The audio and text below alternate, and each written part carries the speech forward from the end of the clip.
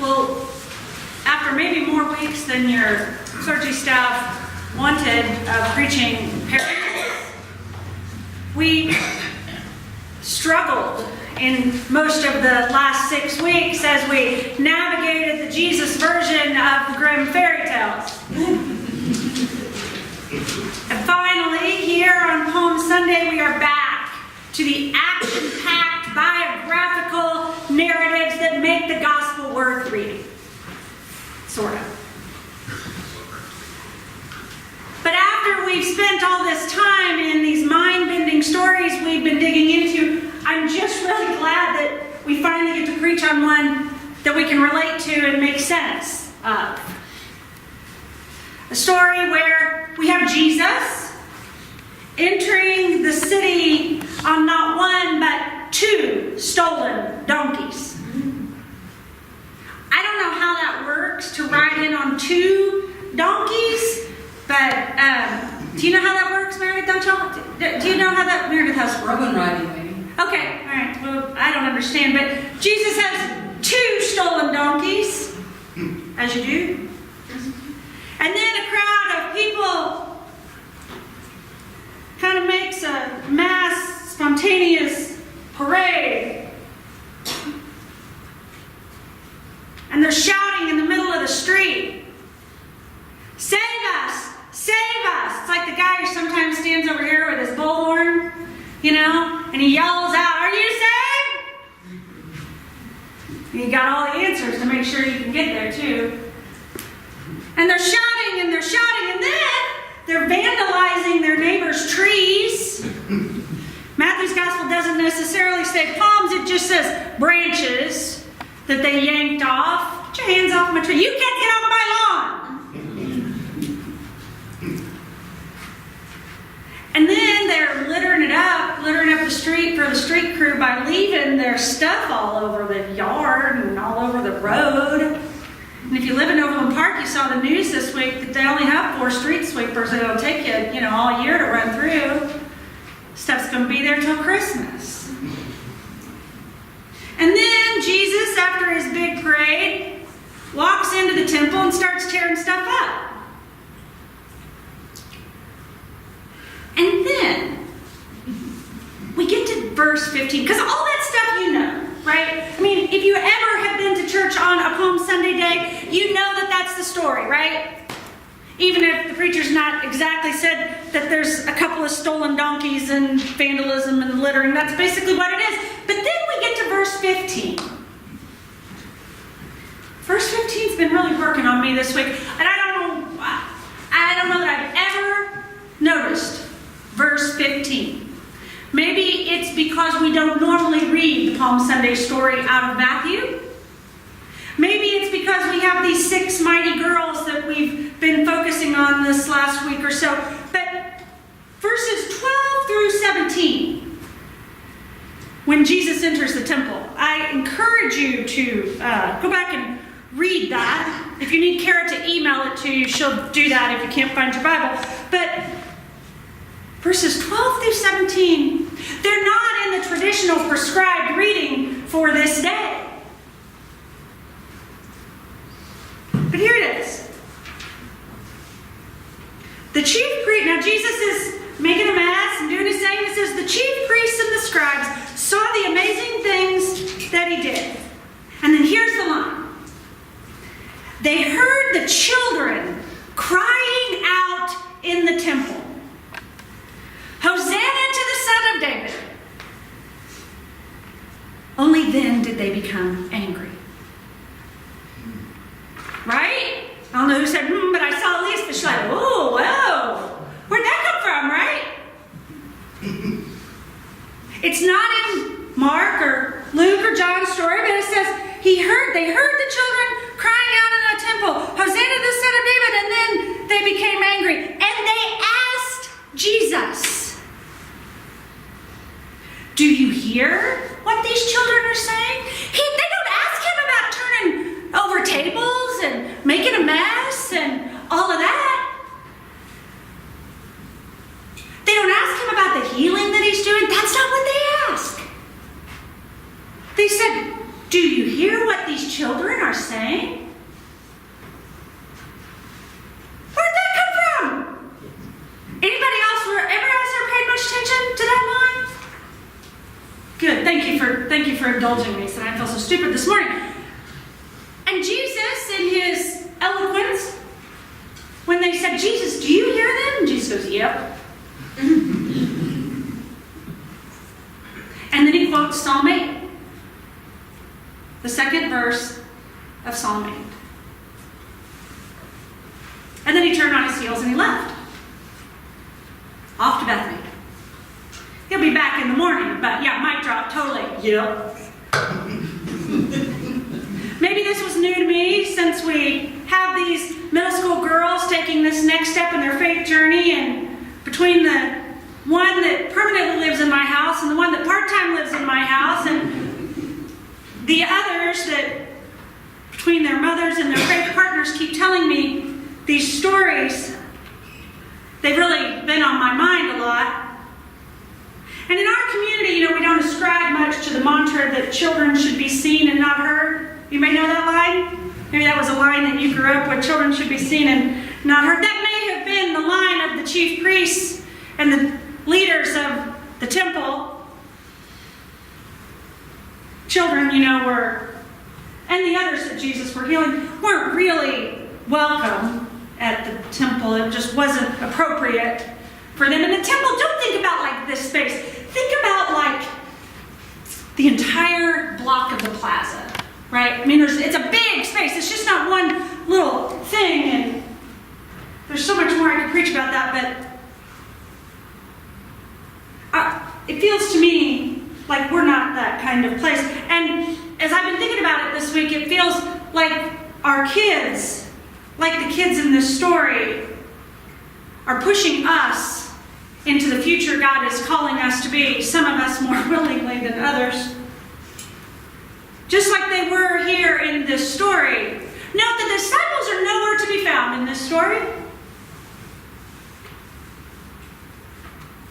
Who follows Jesus into the temple and continues to cry out? Littles.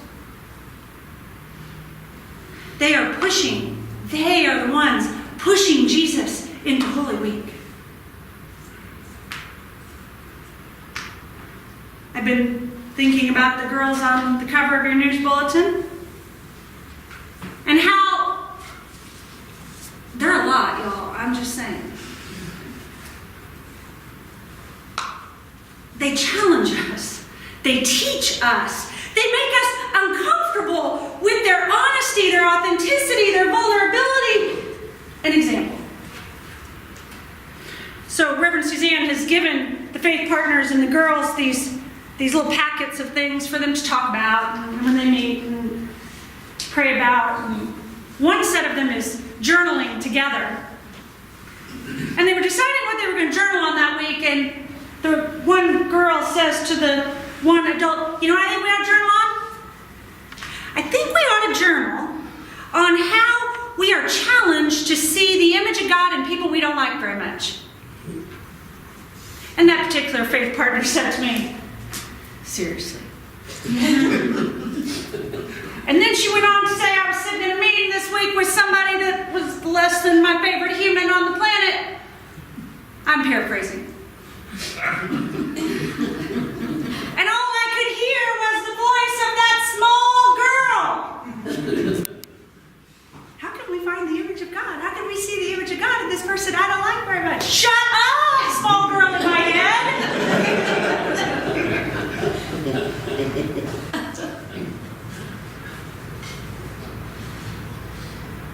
Most of the time, our kids don't play politics or manipulate. Although they can totally turn it on if they want that last cookie before they go to bed, right? They can totally do that. They're just real. They can sniff out a phony for places where they aren't safe. They know BS when they hear it or when they see it. And sometimes they embarrass us because they just are. Another example.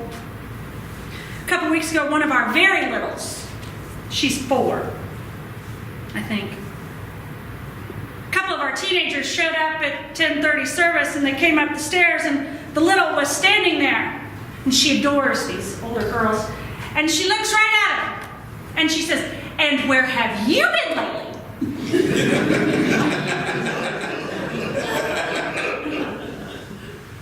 And this particular Reverend Mother and I happened to be standing there, and we went. And the teenager's father was coming up the stairs behind them, and he goes, "She's not wrong." This particular child, we're going to work on her hospitality skills, but she'd miss them.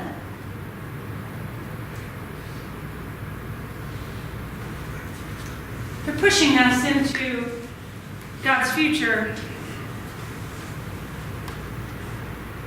I can't imagine that the children in this Palm Sunday story couldn't have known that it was dangerous to be making such a political statement in their holy space. They probably didn't know how impolite that it was. They just knew there was something special about this Jesus person, and they were drawn to him. They knew there was something special about the teachings that he had, and they were drawn to him. Most of us try to keep temple politics and barbershop gossip away from our kids, and I can't imagine that these littles in this story knew that temple politics or beauty shop gossip. Now, don't misunderstand, I'm not saying that innocence and naivete are more valuable than wisdom and life experience. I am the parent of 2 teenagers. Rules and boundaries still matter. A lot. But I'm wrestling this morning with this line in this story that says that it's these littles and the things that they are saying that make the ones in power the most uncomfortable. I don't know what to do with that any more than I did than any of the parables we've been preaching the last 6 weeks.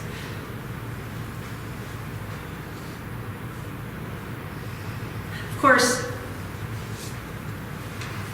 as I already mentioned, the disciples aren't there. Just the children. Emulating Jesus. Jesus said things that made people uncomfortable too. They were just reflecting what they were hearing from this teacher, perhaps. Be careful what you say in front of them, lest they repeat your words back to you, and you go, "Who taught you that?" "You did? Uh-huh." Reverend Sue's worked with our girls this weekend. It just happens to be girls. We apparently can't produce boys around here. About how they pray and how the words they use matter, and why in a community like ours, the words they use especially matter. Asked one of them yesterday, "So, what was the most important thing you learned this weekend?" "God is gender neutral." Well, there you go.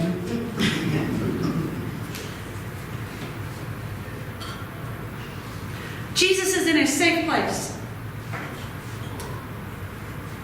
Jesus is in a safe place. He's not in some Roman goddess's temple telling them how they ought to do their business. He's in his place. He's in his beloved community saying, "Be better. Do better." He says, "For these littles, there must be a better way." What are you going to do about it? Sort of, that's what Jesus says. And I can't help but hear him saying, "You better bind your hearts really good and strong this week. Because if you think this temper tantrum in the temple is going to be a big deal, you're going to be surprised come Friday." Bind your hearts to God closer and closer and closer.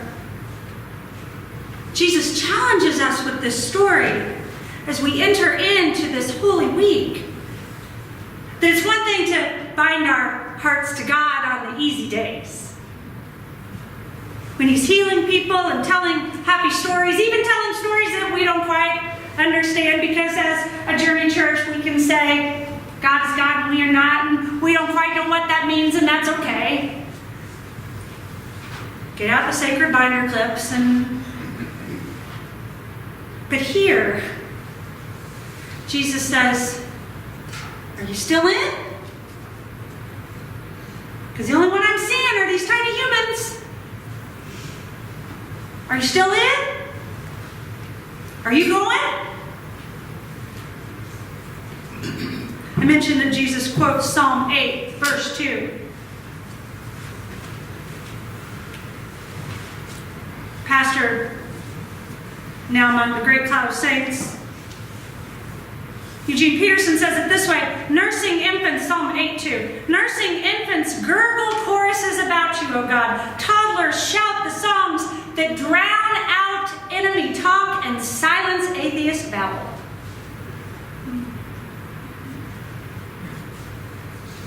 So on this Sunday, it's not lost on me that as we move into Holy Week, anytime now you're going to start to hear the laughter and the babble and the bubbling of their voices. Save us, they shout. Save us. That's what Hosanna means. Save us. Save us. Save us.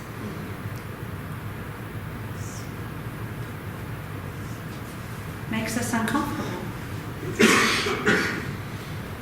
What will we do with it? This verse 15, stuck in the middle of a Palm Sunday story,